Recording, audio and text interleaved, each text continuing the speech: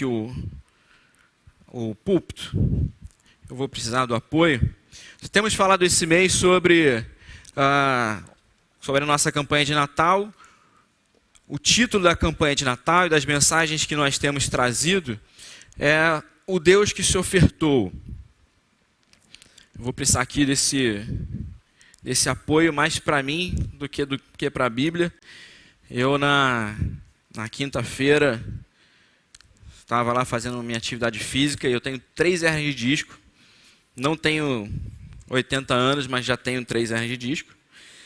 E eu fiz um movimento lá sem tanto cuidado e eu estou aqui na minha crise de hérnia de disco, mas estamos bem aqui para a glória de Deus. E na quinta-feira eu saí ali da academia, o pessoal ficou brincando comigo, se eu estivesse no McDonald's comendo hambúrguer eu não teria dor de coluna, ou seja, conclui-se que a atividade física faz mal à saúde. Pecador é fogo, né? Quando quer dar desculpa para o próprio pecado, você arranja qualquer coisa. Mas uma coisa que aconteceu foi muito legal. Eu saí da academia, estava com muita dor, não estava conseguindo andar direito. Quem tem hernia de disco sabe que quando bate a crise ali, você trava e você perde a força dos membros inferiores. E eu sentei na calçada ali no meio da freguesia, na 3 Rios. Eu sentei na calçada. Eu falei assim, rapaz, alguém vai ter que me tirar daqui, porque sair daqui vai ser ruim. E aí eu comecei ali, eu não tenho o aplicativo do Uber no celular, comecei a baixar o aplicativo para pedir ali um reboque, porque o carro enguiçou. Eu ia de reboque para casa. E aí na mesma hora veio um carro assim, a gente já fica com medo, veio um carro e falou, ô pastor, tudo bem? E era o John, marido da Gabriele. E ele, naquele exato momento, chegou ali para me dar uma ajuda, me levou em casa. E eu fiquei pensando, né, como a gente tem falado sobre ser uma oferta, como estender generosidade, como ser ajuda prática. E o nosso próprio Deus cuida da gente dessa forma. Não sei se isso já aconteceu com você alguma vez. Você está passando por alguma circunstância que a pessoa certa aparece no local, na hora, e te acode, e a gente se sente cuidado pelo nosso Deus. A gente vê esse favor de Deus na nossa vida, e como é bom estar assim, disponível para ajudar o outro. E como Deus, de alguma forma, nos ajuda nessa coisa que a gente não entende muito bem, para que tudo coopere para o bem, para que as coisas realmente se encaixem de alguma forma. E o nosso desejo nesse mês é isso, é que a gente seja essa resposta de Deus para a vida das pessoas. Que a gente não fale somente sobre um Deus que age, que a gente não fale somente em terceira pessoa. Olha, Deus age na vida do outro, olha, Deus se mostra na vida do outro. Se a gente fala que a igreja é o povo de Deus aqui na terra, é essa manifestação da graça de Deus. Quando a gente pede para Deus se mostrar, se revelar, nós estamos falando, Deus, me usa para isso. Que eu seja esse teu movimento, que eu faça parte desse teu mover aqui para as pessoas que estão ao meu redor. Pois bem, diante dessa realidade, na semana passada eu fiz 3 perguntas. Como você tem sido útil para a sua comunidade de fé, como a sua vida tem sido um alívio para a vida dos outros e como você tem sido bom de Bíblia. A gente falou mais ou menos que ser bom de Bíblia não tem a ver somente com defender verdades, doutrinas e dogmas da igreja, mas defender a fé tem a ver com uma coerência de vida diante daquilo que nós cremos. Falar de Deus, ou demonstrar Deus, ou reafirmar sobre Deus, não tem a ver sobre os debates que nós gostamos tanto, mas tem muito mais a ver com eu mostrar que esse Deus age na minha vida e por isso a gente manifesta a graça dele para as outras pessoas. Mas hoje eu gostaria de fazer o inverso. Eu fiz 3 perguntas que são perguntas para nós, mas é bem verdade, passei a semana pensando nisso, que nós precisamos pensar de uma outra forma.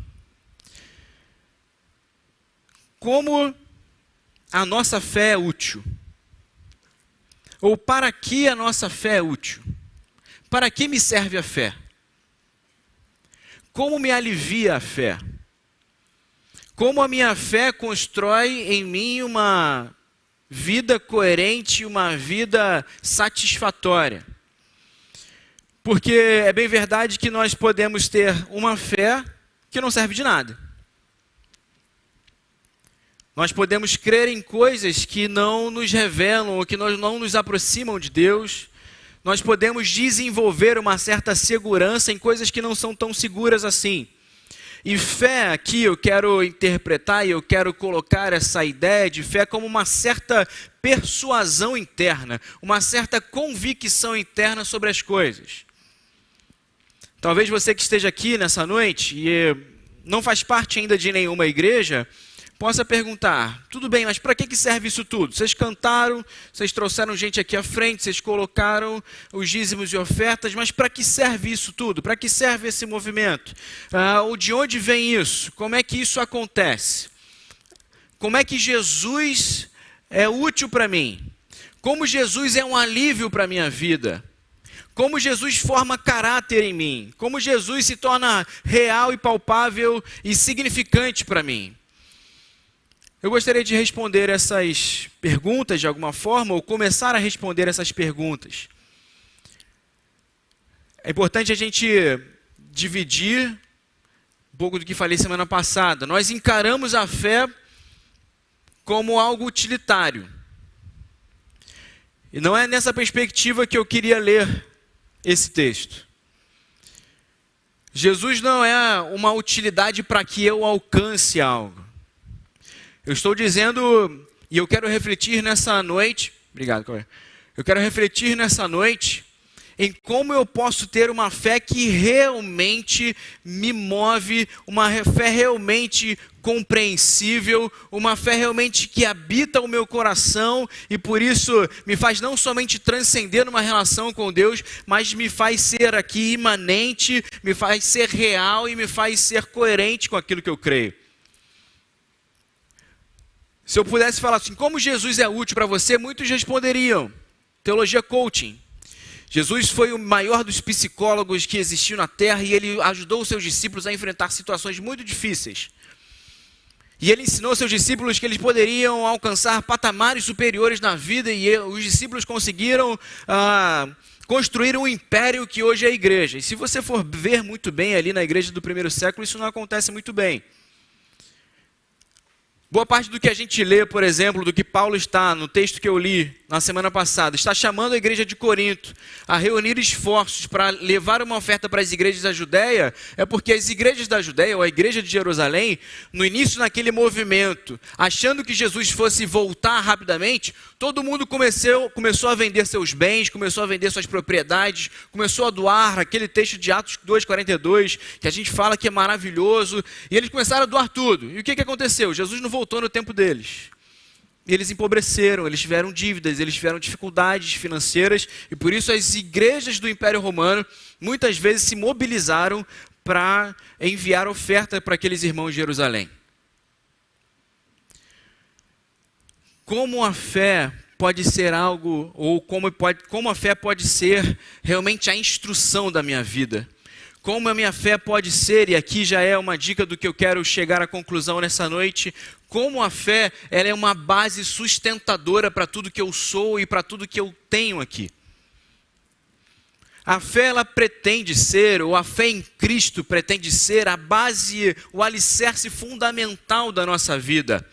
Coisa que nós não conseguimos construir, por mais que tenhamos bons caminhos, por mais que tenhamos boas leituras na vida. Nós não conseguimos construir caminhos seguros demais a ponto de não temermos o futuro. E é por isso que eu quero ler aqui o texto de Romanos capítulo 5.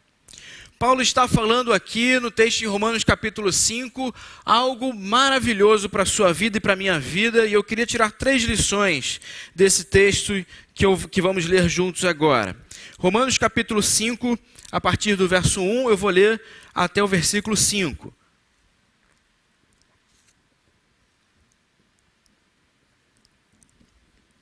Diz assim: portanto, justificados pela fé, temos paz com Deus por meio de nosso Senhor Jesus Cristo, por intermédio de quem obtivemos também acesso pela fé a esta graça, na qual estamos firmes e nos gloriamos na esperança da glória de Deus.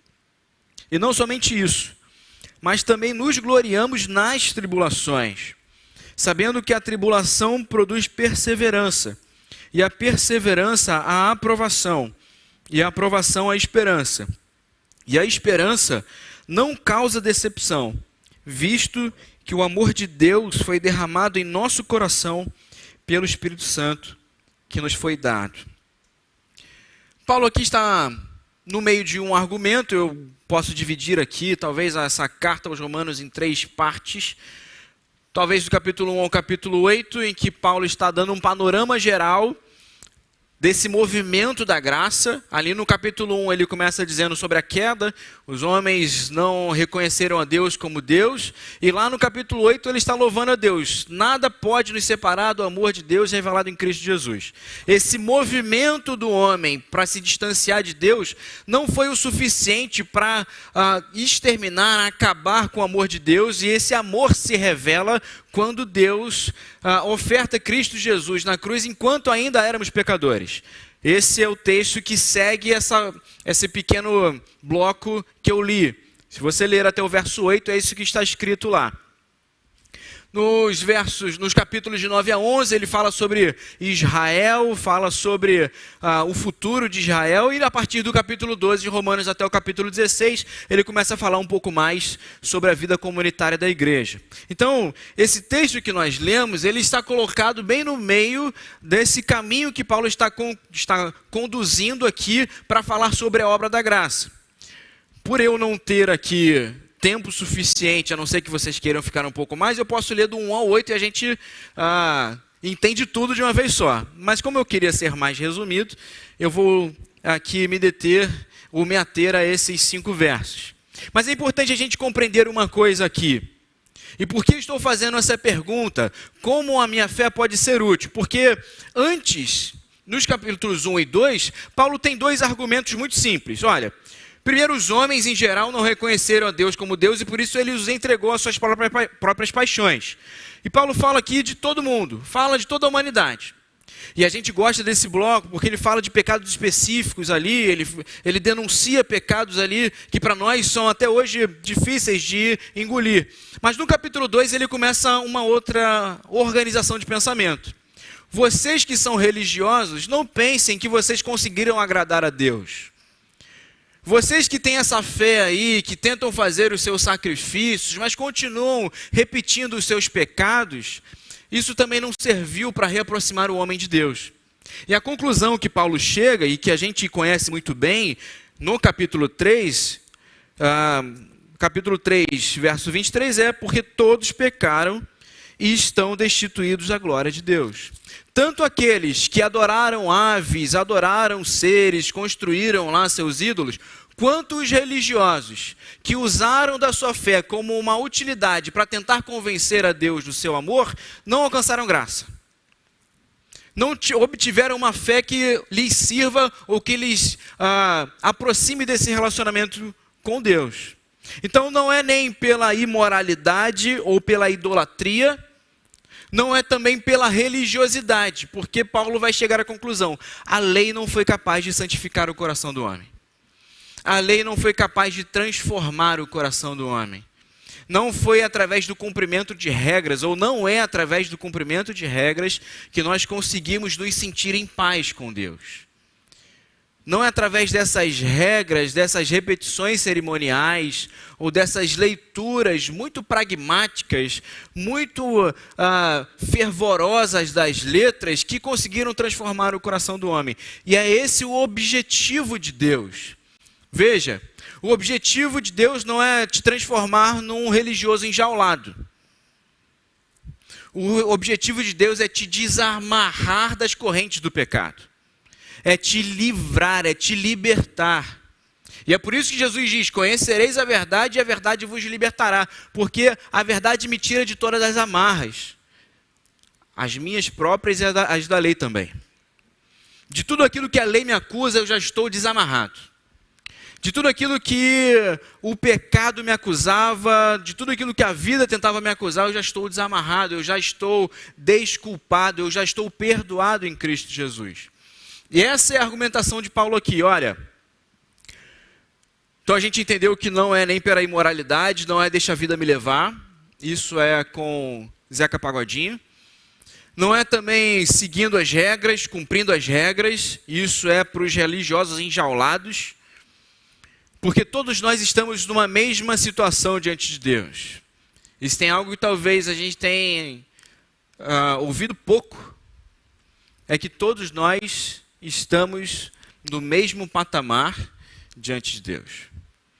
Todos nós estávamos tão distantes de Deus quanto qualquer pecador.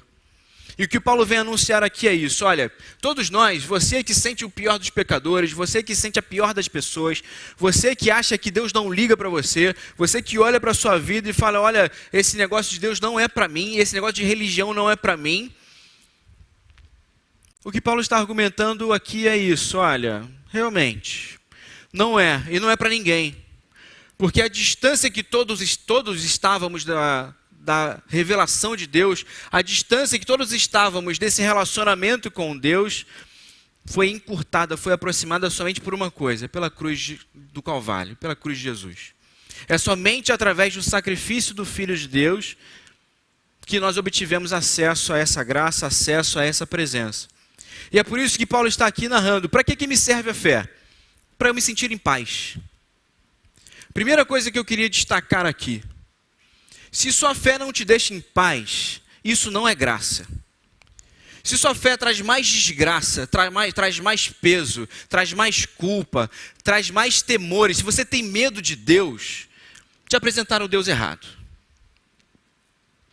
Se você olha para Deus e está temeroso, se Ele está procurando a quem tragar nessa noite, olha, não é esse Deus que eu creio. Deus está olhando para baixo e, como Jesus diz, Ele está procurando verdadeiros adoradores que o adorem em espírito e em verdade. Deus está olhando a terra procurando adoradores, não procurando a quem tragar. Deus não está procurando culpados, Deus está resgatando os seus filhos redimidos. A fé me serve para isso, para me deixar em paz comigo e para me deixar em paz com Deus. Para eu saber que eu sou um pecador, que eu estou no mesmo patamar que todos aqui, todos nós somos iguais, pecadores, falhos, vindos do pó e para o pó vamos retornar. Nenhum de nós aqui tem poderes misteriosos maior que o outro. Nenhum de nós aqui tem um destaque na casa de Deus. Nenhum de nós merece mais aplauso do que o outro, porque todos nós estávamos destituídos da graça de Deus. A minha fé, ou a fé em Cristo, serve para isso. Para eu lembrar que eu estou em paz com Deus. Para eu lembrar que Ele fez esse movimento de me tornar justo. Justificados. Tendo sido justificados. O que significa isso? Significa mais ou menos isso, numa linguagem do direito, uma linguagem legal. Existia uma pena contra mim. Existiam ali escritos de dívida contra mim. Existiam ali pecados narrados sobre mim. A história da minha vida está descortinada diante de Deus. E é isso. A história da sua vida está descortinada diante de Deus. Aqui você pode ser muito legal. Em casa você pode ser um demônio. Você pode conseguir maquiar todas as relações, mas diante de Deus, a sua vida é descortinada. Os escritos estão lá.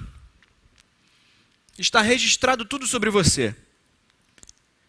E o que Paulo está dizendo para nós é, olha, vocês não precisam mais sentir esse temor de que serão penalizados, não só no dia final, mas hoje mesmo. Vocês não precisam chegar à conclusão de que essas coisas que estão dando errado na sua vida são um castigo da vida pelos seus erros de outrora. Vocês não precisam começar a se mover, a tentar convencer Deus para Ele os amar. Porque a sua vida está descortinada diante de Deus. Ele sabe tudo. E sabe de uma coisa? O que Ele fez, o movimento que Ele fez foi te tornar justo. E o que significa te tornar justo? É que todos esses pecados que podiam estar listados em algum lugar, um dia foram apagados na cruz do Calvário. O sangue de Jesus foi derramado sobre esses pecados, sobre os seus, sobre os meus, sobre os do meu passado, sobre os do meu futuro. Nenhum pecado mais fica registrado em minha vida, porque agora há o sacrifício e há o sangue remidor de Jesus, apagando e anulando todo escrito de dívida que havia sobre mim. não existe mais acusação contra os escolhidos do Senhor. Nós fomos justificados para que tivéssemos essa plena paz. E o que Paulo está dizendo aqui, essa palavra paz aqui, não é só um sentimento, uma sensação de paz. É quando parece que o nosso ser estava subdividido em nossos pecados, em nossas mazelas, em nossas faltas de coerência, em nossas carências, e a gente se sente meio descortinado ou um pouco sem uma definição de quem nós somos, e essa paz é o que liga toda a nossa essência e traz um senso de provisão interior, de perfeição de Deus em nossa vida. É isso que faz a gente olhar para frente. E é isso que Paulo está dizendo aqui, olha, vocês estão justificados pela fé, e por isso vocês podem saber que têm paz com Deus, vocês têm possibilidade de relacionamento com Deus, não porque agora vocês finalmente convenceram a Ele de que Ele os ama, mas pelo movimento dele de demonstrar amor por vocês. É esse movimento de amor, esse movimento de oferta que me faz me sentir em paz. E é por isso que Paulo vai completar essa ideia dizendo o seguinte: na qual estamos firmes e nos gloriamos na esperança da glória de Deus. O que Paulo está dizendo aqui, esse verbo gloriar-se, ele tem a mesma raiz de pescoço. Não tem nada a ver com nada, né? Mas a ideia do termo aqui é: eu posso encarar a vida de frente. Gloriar-me na glória de Deus é que o meu pescoço está firme, eu não estou mais cabisbaixo como eu estivesse sendo acusado. Eu não estou usando mais aqui algo para esconder o meu rosto. Eu não estou mais aqui envergonhado de quem eu sou. Eu não estou mais envergonhado da minha história, porque minha história foi perdoada, minha história foi redimida, a minha história foi transformada por Deus. Agora o meu pescoço está duro. É como se eu estivesse na ponta do pé. Quem é vascaíno sabe. Chegou ali o Rossi na lateral direita para cruzar para o Verrete. Você já estica o pescoço porque sabe que vai ser gol. Né? Quando você aí... O pessoal sempre ri, cara. Você aí do time da concorrência... quando o Bruno Henrique chega ali do lado, vai cruzar para o Pedro, você sabe que vai sair o gol. É isso que Paulo está falando ali. Você está com o pescoço, olha o inimigo se manifestando. Você está com o pescoço duro, olhando para frente. Você está aqui, ó, vida, eu quero aqui completar os meus dias. Eu não estou olhando para baixo e cabisbaixo como se eu não tivesse propósito de vida. Eu tenho esperança de que a glória de Deus se manifeste na minha vida, porque eu sei que eu tenho um relacionamento de paz com Ele. Eu estou inundado dessa paz que me preenche, que arruma, que organiza a minha alma, que organiza a minha mente e me faz não tentar atirar para todos os lados, não me faz mais depender dos meus esforços para que a paz habite o meu coração. Mas eu estou em paz, porque Ele me justificou e Ele me chama de amigo, e Ele me chama de filho, e Ele me chama de filha. Se sua fé não te traz paz, talvez você precise encontrar com Cristo nessa noite. Porque é para você ter paz que Ele se sacrificou naquela cruz. Que é para você realmente poder olhar para dentro e falar assim: olha, tem alguns erros no caminho, tem alguns tropeços que eu cometi, mas eis que todos esses tropeços foram apagados e agora há uma nova expectativa. Eu posso encarar a vida de frente, eu não preciso mais me esconder dos meus erros, porque eles já foram perdoados por Cristo Jesus na cruz do Calvário. Mas há uma segunda coisa que Paulo fala aqui, também é muito bonita, porque falar de justificação e falar dessa paz que nos torna seres viventes novamente, e é isso que a nossa fé nos faz. Se eu fosse tentar resumir o que a fé fez na minha vida, a fé me tornou a vida. A fé em Cristo me tornou a vontade de viver, me deu propósito novamente, reuniu ali todos os meus esforços, não mais para viver para mim, mas para entender que eu posso viver para o outro e a minha vida ter significância aqui nesse mundo. Mas Paulo fala algo ainda mais complexo aqui. E ele diz, não somente isso. Não é somente nas coisas boas, não é somente nesse significado de pacificação interior, nesse significado de pacificação de um relacionamento com Deus, mas também nos gloriamos, também conseguimos encarar de frente nas tribulações. sabendo que a tribulação produz perseverança, e a perseverança a aprovação, e a aprovação a esperança. E o que Paulo está revelando aqui é que coisas ruins continuarão acontecendo. Tribulação aqui simboliza as pressões da vida, quando o nosso peito se sente esmagado pelos momentos e pelas circunstâncias que passamos. Quando você que é pai vê seu filho caminhando por caminhos que não eram aqueles que você imaginou. Quando você se vê diante da perda de um emprego, quando você se vê diante de uma enfermidade ou diante do luto, são essas pressões, são esses temores, essas circunstâncias da vida que realmente parecem querer nos aprisionar. E o que Paulo está mais uma vez dizendo é que essa fé me traz esperança. Então a fé, em primeiro lugar, ela me traz paz. Me traz esse sentimento de organização interior, de que eu não estou mais tentando achar um caminho para a vida, eu achei o caminho que é Cristo Jesus. Eu não sei o que me acontecerá amanhã, mas eu sei aonde eu estarei trilhando e a quem eu estarei seguindo, eu estou seguindo a Jesus Cristo. Mas a fé também me faz ter esperança, me faz ter expectativa, me faz olhar para frente. Ela me serve de alívio. Ela me serve de expectativa para a vida, de saber que essas circunstâncias que eu estou passando, elas não estão definindo quem Deus é. Elas não estão limitando a atuação de Deus, e eu posso continuar olhando firme para frente, porque o meu pescoço está duro, porque o que eu estou vislumbrando é enxergar a glória de Deus. O meu grande objetivo de vida, o meu grande foco de vida, não é mais ter aqui os momentos somente prazerosos, não é somente contabilizar os ganhos, mas é dentro das tribulações. E é muito importante a gente ler aqui, essa tradução é boa. Paulo não fala, podemos nos gloriar apesar das tribulações. Podemos nos gloriar nas tribulações. Podemos manter os pés firmes dentro dos momentos mais difíceis da nossa vida.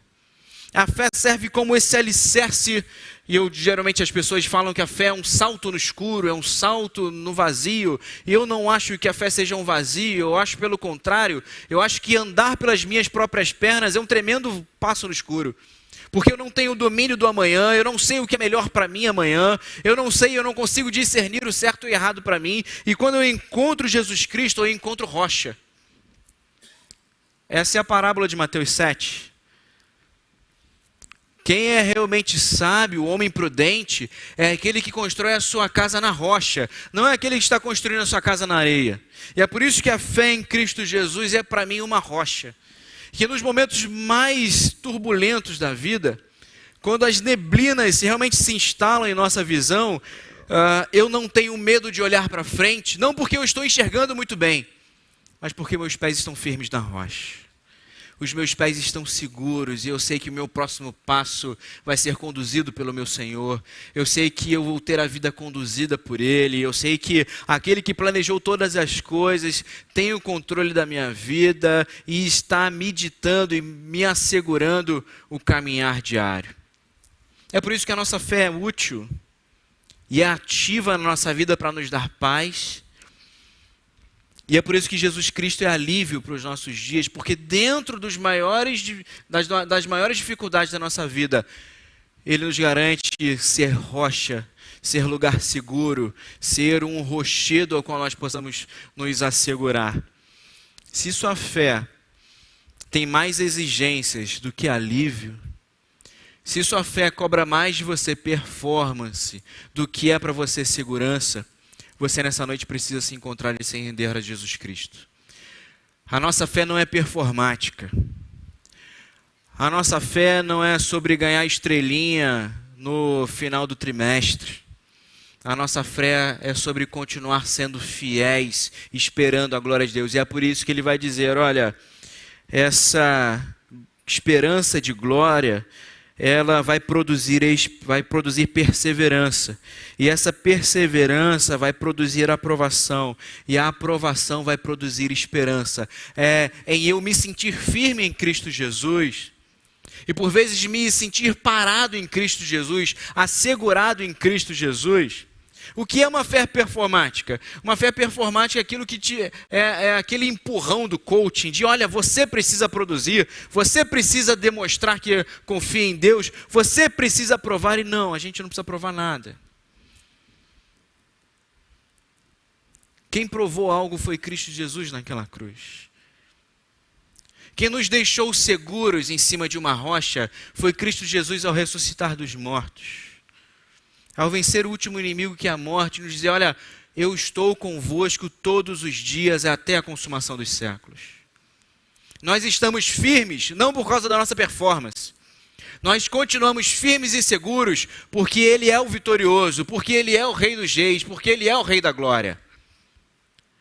Nós continuamos caminhando, olhando para frente, no meio das tribulações, e talvez você esteja aqui inseguro, talvez você esteja aqui pressionada pela vida. E se você entrar em uma igreja por aí, vão falar assim, olha, você não pode temer, você tem que continuar, você tem que vencer os seus inimigos, você tem que progredir, e ninguém te fala, mas em quem eu me seguro? E Jesus Cristo está dizendo a você nessa noite, olha, segura em mim. Ache segurança em mim, não é sobre você dar passos. Realmente, somos pó, ao pó retornaremos. Estávamos como inimigos de Deus, hoje somos feitos amigos de Deus, para que estivéssemos seguros na rocha e Ele nos conduzisse os passos.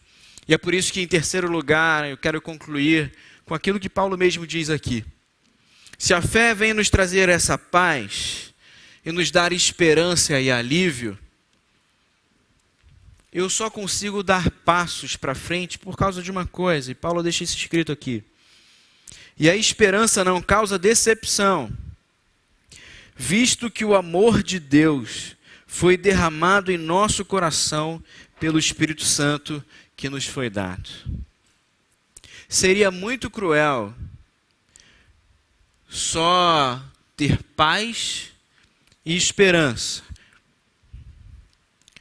Fique tranquilo, vai dar tudo certo. E fica bem paradinho aí que eu sou uma rocha segura. Agora, para completar essa visão da fé, Paulo está narrando o seguinte: ele não é somente essa pacificação interior e essa realidade de paz num relacionamento com Deus. Ele não é somente um lugar seguro para se ficar parado. Ele é uma companhia constante para cada passo da sua vida. Ele estará contigo todos os dias, te aconselhando, te encaminhando, te encorajando, te instruindo naquilo que será necessário na sua vida. Esse amor de Deus, ele não é somente uma realidade estática no cosmos, mas ela é uma presença pessoal no nosso coração, visto que o amor nos foi derramado pelo Espírito Santo que nos foi dado. O Espírito Santo de Deus, o Conselheiro de Deus, o Paráclito, aquele que é o nosso amigo, aquele que é o nosso Consolador, estará conosco nos encaminhando e nos encorajando todos os dias da nossa vida. Veja, você pode ver aqui, você pode tentar trazer para frente ou para trás esse texto aqui, pode ler do 1 ao 8, pode ler qualquer texto desse resumo de Paulo sobre o Evangelho. Você não vai ver nenhuma ação que dependa do homem. Você vai ver a partir do capítulo 12 as consequências de encontrarmos esse amor perfeito. Nós vamos ver aquelas consequências de encontrarmos essa pacificação e essa esperança. Nós entendemos e começamos a entender o que é transformado no nosso coração a partir do momento que esse amor é derramado no nosso coração. Mas a fé, em primeiro lugar, como uma primeira convicção de fé, ela começa sendo a nossa paz, para que eu saiba que Deus não está olhando para baixo, querendo me penalizar por tudo aquilo que eu já fiz, até porque não existiriam penas na vida que pudessem me aliviar daquilo que fiz contra Deus. Eu nunca vou conseguir atingir um patamar de Deus, de santidade de Deus, nunca conseguiria chegar lá, mas um chegou, foi Cristo Jesus, e por isso nós somos santificados e somos pacificados nesse relacionamento.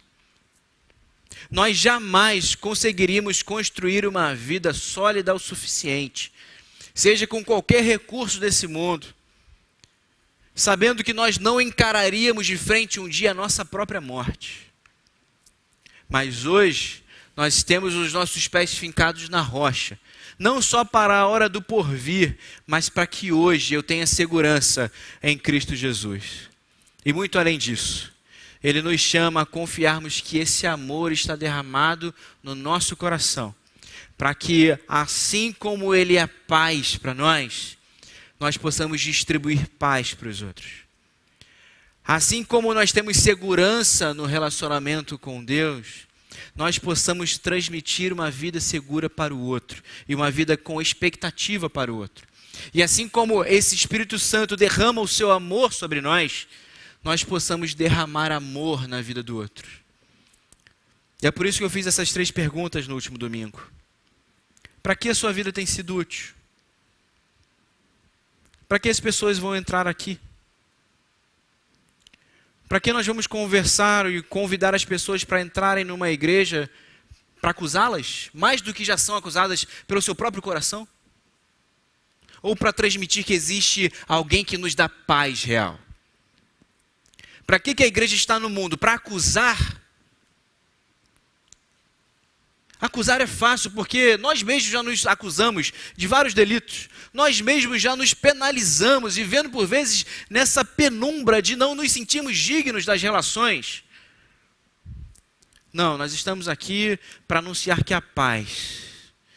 Nós estamos aqui dizendo que a justiça foi completa e satisfeita em Cristo Jesus. Já não resta mais sacrifícios. Eu falei aqui há pouco tempo, o cristianismo se distingue de diversas religiões por isso.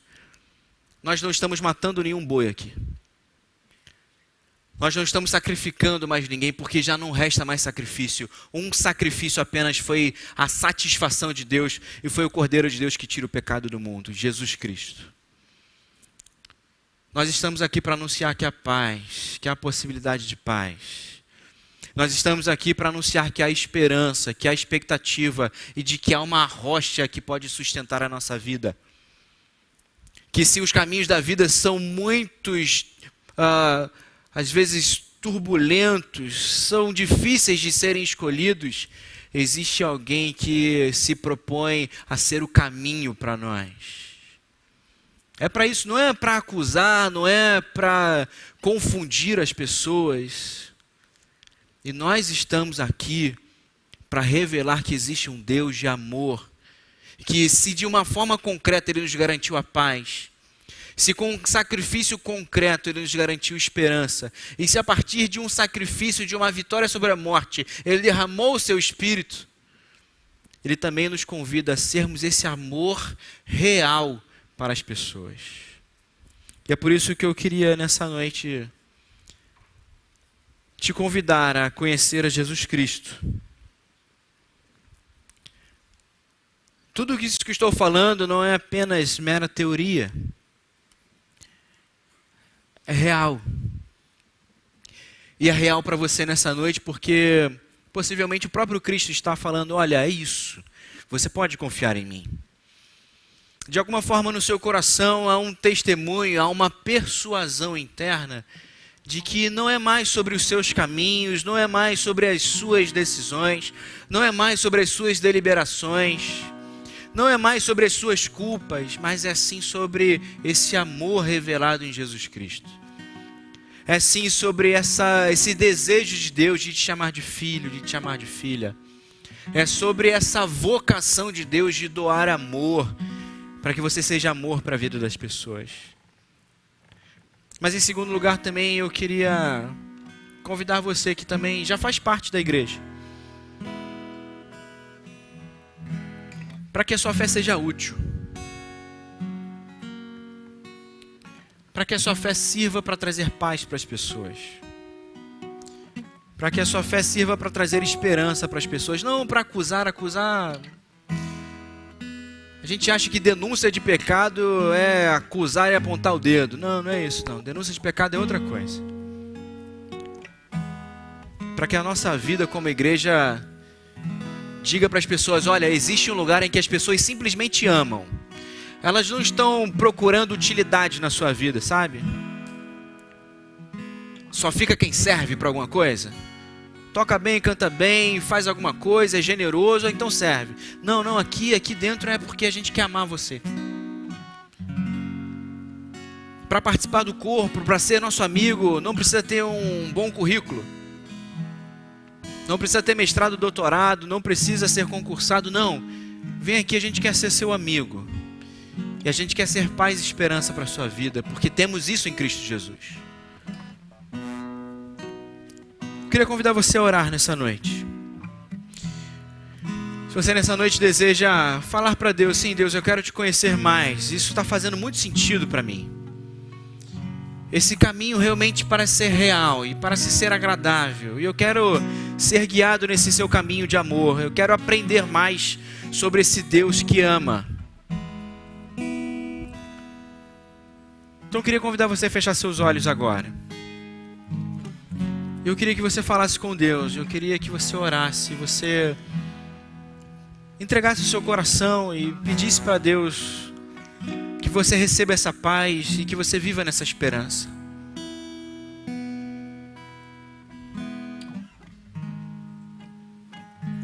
Se isso faz sentido para você, se você deseja despertar essa fé, despertar essa convicção, eu queria te convidar a fazer um gesto com a sua mão. Eu queria que você levantasse uma de suas mãos para que eu pudesse orar por você.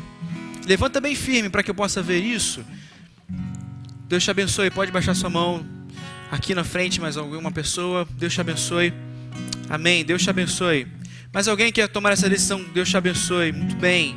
Entregue sua vida a Jesus Cristo. Ele quer doar esse amor ao seu coração. Ele quer ser essa presença constante na sua vida. Erga sua mão para que eu possa ver, para que eu possa orar por você, para que a gente possa te ajudar em oração. Muito bem.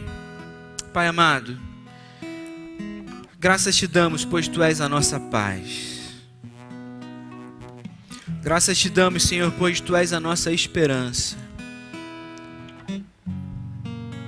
Graças te damos, pois Tu és essa oferta dadivosa, generosa de amor. Tu não nos exigiste nada, até porque não tínhamos nada a te entregar. Mas hoje o Senhor nos chama de filhos e de filhas. Hoje o Senhor nos chama de amigos. E temos esse relacionamento contigo que nos faz ter paz, que nos faz trilhar caminhos de esperança, que no meio das diversas provas que vêm sobre nossas vidas, nos faz não desesperarmos, mas esperarmos em Ti. Eu te peço que o Senhor receba essas vidas no seu altar. E que o Senhor confirme essa fé.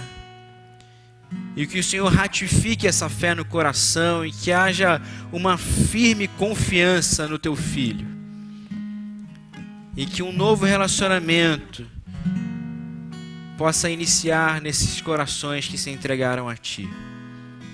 Também te peço, Senhor, que a nossa igreja seja uma oferta dadivosa sua a todos aqueles que se achegam aqui. Que assim como o Senhor não nos exigiu um currículo limpo, mas nos aceitou limpando a nossa vida, que a nossa igreja sirva como uma pacificação para as pessoas. Que a nossa igreja sirva para esperançar as vidas perdidas. Que a nossa igreja sirva como uma oferta de amor a todos aqueles que se achegarem ao nosso corpo. É assim que eu te oro, Senhor, e te agradeço em nome de Jesus. Amém e amém. Vamos ficar de pé juntos.